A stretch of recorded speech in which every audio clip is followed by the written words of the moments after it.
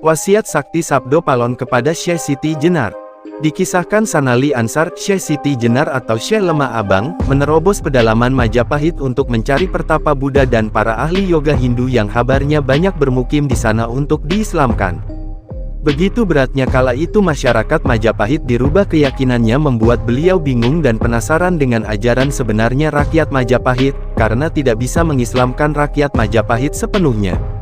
Semakin ke timur semakin berat bagi Syekh Siti Jenar menyebarkan ajarannya, dan itu membuatnya sangat penasaran dengan tokoh yang begitu dicintai dan dijadikan panutan oleh rakyat Majapahit, yang dikenal dengan nama julukan Sabdo Palon. Dengan penuh percaya diri, SSJ mendatangi tempat pertapaan Sabdo Palon dan menantang untuk menunjukkan sehala pengetahuannya. Tapi, Sabdo Palon tak melayaninya dan anehnya malah mempersilahkan SSJ mengajarkan semua pengetahuannya pada para pengikut Sabdo Palon. Disinilah pikiran dan hati Syekh Siti Jenar mulai terombang-ambing, rasa penasaran semakin mendesak Syekh Siti Jenar ingin tahu lebih banyak karena Sabdo Palon tak pernah mengajari pengikutnya dengan kata-kata, melainkan dengan perilaku dan kasih sayang. Hingga suatu ketika Syekh Siti Jenar mendatangi Sabdo Palon di saat malam, hati dan saat itulah terjadi argumen tentang Tuhan Syekh Siti Jenar dan Tuhan Sabdo Palon. Syekh Siti Jenar ingin mengajari Sabdo Palon tentang ajarannya dan menunjukkan syariatnya, hingga SP bertanya pada Syekh Siti Jenar, "Tuan, apakah Tuan mengetahui Tuhan Anda? Apakah Tuan pernah bertemu Tuhan Anda sehingga begitu yakin akan ajaran Tuan yang paling benar dan ajaran Tuan paling suci, karena Tuhan itu adalah kebenaran sejati?" Syekh Siti Jenar bukannya menjawab malah balik bertanya pada Sabdo Palon, "Apakah kamu juga sudah melihat Tuhan seperti kamu berani berkata begitu padaku?" Petik 2. Sabdo Palon menjawab, "Ya, saya mengetahui Tuhan saya dan saya bertemu Tuhan saya." Mendengar jawaban itu Syekh Siti Jenar tak percaya begitu saja dan bertanya, "Bagaimana aku bisa mempercayaimu dan Tuhanmu?" Sabdo Palon menjawab, "Kalau Anda tak percaya coba tanyakan kepada Tuhan Anda." Jawab Sabdo Palon, "Baiklah, tunjukkan aku cara menemui Tuhanku agar aku tahu." Jawab SSJ. Lalu Syekh Siti Jenar bertanya, "Apakah Anda sudah melihat keagungan Arsy?" Sabdo Palon menjawab, "Sudah, bahkan aku melihat di atasnya Arsy masuk ada yang lebih tinggi lagi kedudukannya." "Siapa dia?" tanya Syekh Siti Jenar keheranan dan kebingungan. Sabdo Palon menjawab, "Ingsun." "Siapa Ingsun?" tanya Syekh Siti Jenar. "Dialah sejatinya Tuhan," jawab Sabdo Palon dengan tenang, dan melanjutkan dengan senyuman, "Baiklah, karena Tuan lebih mengutamakan sujud, ya Tuan sujud saja dulu untuk bertemu Tuhan."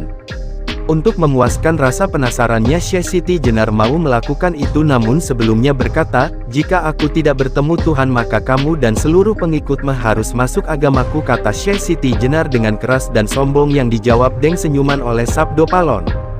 Dan Syekh Siti Jenar melakukan sujudnya mulai habis asyar mendekati maghrib.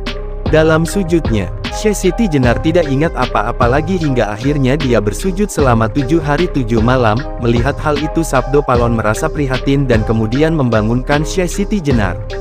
Sabdo Palon membangunkan Syekh Siti Jenar dengan memberikan wewangian di hidungnya agar Syekh Siti Jenar kembali sadar. Setelah sadar Sabdo Palon bertanya pada Syekh Siti Jenar, "Sudah berapa lama Anda bersujud Tuan Syekh?" "Sehari semalam," jawab Siti Jenar yang dijawab dengan senyuman oleh Sabdo Palon, dan berkata, "Anda lupa, Anda bersujud 7 hari 7 malam." Syekh Siti Jenar sangat kaget dan tak percaya hingga Sabdo Palon berkata, "Anda lihat saja bulan nanti, Anda datang ke sini hari Soma sore menjelang matahari tenggelam dan masuk malam Anggoro Tegel 7 Anda ingat itu, dan sekarang ini hari Soma lagi Tegel 14. Kemudian Sabdo Palon bertanya, "Dalam sujud Anda selama itu apa Anda sudah bertemu Tuhan?" Syekh Siti Jenar menjawab, "Tidak, dan sesuai janji kamu harus ikut ajaran agamaku." "Nanti dulu, jangan gugup, dengan sujud Anda yang 7 hari 7 malam saja Anda tidak bisa melihat Tuhan atau kebenaran sejati, bagaimana dengan sujud yang cuma sebentar kok Anda sudah merasa paling benar dan suci?" Kata Sabdo Palon, "Sekarang begini ya Tuan Syekh, Anda ikut denganku duduk semedi. Semedi toh dalam ajaran Anda juga ada, cuma beda nama yakni itikaf."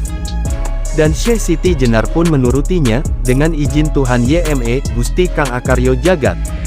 Syekh Siti Jenar dibawa terbang melintasi 7 semesta kehidupan. Dia ditunjukkan perjalanan jiwanya dari Al-Amarah, Al-Luwamah, Al-Mulhamah, Al-Mutmainah, Al-Sufiyah, Al-Lubiyah, Al-Sir, di mana semua rahasia di atas rahasia dijabarkan. Dan akhirnya Syekh Siti Jenar sampai pada ajna, yaitu proses di mana manusia sudah tidak bisa apa-apa, dia hanya mengikuti kehendak kodrat dan karma yang ada pada dirinya menuju Yang Maha Kuasa. Dia tak ingat siapa dirinya, tak ada rupa, tak ada rasa, yang ada hanyalah keazalian atau kebakaan. Saat itulah Syekh Siti Jenar dikembalikan, kemudian terbangun dan tanpa sadar menangis sedih, takut, bahagia, haru, seperti anak kecil yang baru sadar dari bermimpi. San Ali Ansar sadar betapa kecilnya pengetahuan yang selama ini dia agungkan sampai menganggap orang lain kotor, kafir, dan masuk neraka.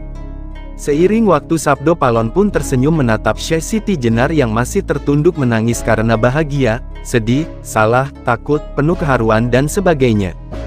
Dengan suara parau akhirnya Syekh Siti Jenar berkata, "Tuan Sabdo Palon, tolong ajarkan saya dan bimbing saya agar selalu menjalani kebenaran sejati." Sabdo Palon menjawab, "Tidak perlu anakku, karena ajaranmu juga benar, hanya saja janganlah engkau merasa paling benar. Karena bagi orang lain ajaran mereka juga benar, dan Anda juga tahu anakku yang maujud dan yang tertata ini adalah kebenaran dan keberadaan dari Tuhan. Pesanku jangan engkau tinggalkan ajaranmu," kata Sabda Palon dengan tersenyum. Sejak itu San Ali Ansar menjadi pengikut Sabda Palon dan ingin meninggalkan ajarannya yang sudah dipelajari sejak kecil, namun dilarang oleh SP karena semua itu sama halnya dengan tidak menghargai orang yang telah mengajarinya berbagai pengetahuan. Hingga akhirnya ajaran Syekh Siti Jenar dipadukan dengan ajaran Sabda Palon, cikal bakal ajaran Syekh Siti Jenar yang melegenda bernama Manunggaling Kawulo Gusti, atau yang hingga kini dikenal dengan nama Kejawen. Syekh Siti Jenar yang menjadi duri dalam daging Wali Songo, sebuah duri di tengah berkobarnya semangat kekhalifahan.